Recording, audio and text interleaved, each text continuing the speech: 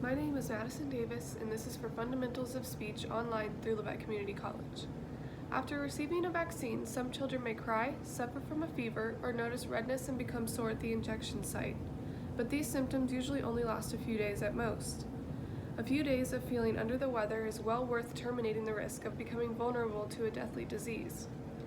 According to the Children's Hospital of Philadelphia, around 3 million people die from vaccine-preventable diseases each year. For example, some of the diseases include diphtheria, mumps, and polio. Vaccination is defined as a treatment with a vaccine to produce immunity against a disease. While researching this topic, most articles that come up are discussing the same horror stories. People seem to only hear about the negative effects because it is more interesting to hear the bad rather than hearing the good. Negative reactions to vaccinations are very rare, but due to the reason that they are more publicized than the positive outcomes, parents become wary and do not want their children to get vaccinated. According to the CDC, vaccinations will prevent more than 21 million hospitalizations and 732,000 deaths among children born in the last 20 years. Among recent years, parents have refrained from getting their child vaccinated because of safety concerns, despite the overwhelming evidence that they are in fact not harmful at all. There are very few risks that come with vaccinating your children, including an allergic reaction to the vaccine and very rarely obtaining the disease that the vaccine should prevent them against. Another concern with parents is that they assume vaccinations are filled with toxins such as mercury, aluminum, formaldehyde, and even antifreeze, when in reality, vaccinations are mostly water with antigens. Since the inventions of vaccines, there has always been people who disapprove.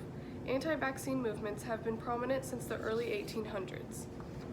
According to Healthline.com, in 2013, the anti-vaccination movement continues to leave the door open to outbreaks of diseases that have been all but eradicated by modern medicine.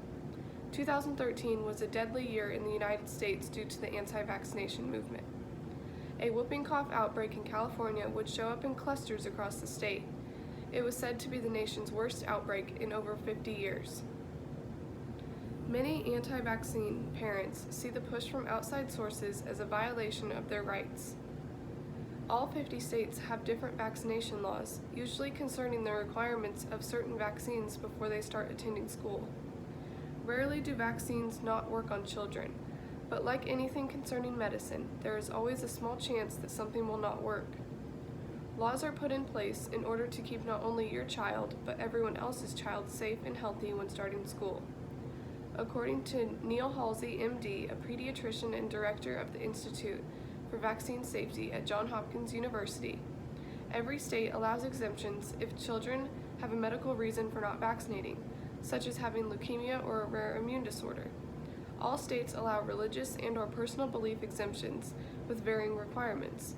Meanwhile, the exemption rates and the disease rates are higher in those states where it is easier for children to be granted an exception. Vaccination is defined as a treatment with a vaccine to produce immunity against a disease. Although negative effects caused by vaccinations are very rare, it is converted in the media more than the positive effects. So when we discuss the topic of whether or not to vaccinate our children, parents often think of the negative effects. With the process of vaccinating your children comes great relief knowing that you have prevented your child, as well as every other child they become in contact with, from obtaining a life-threatening disease. All it takes to ensure the safety of your child as well as others is to get your child vaccinated.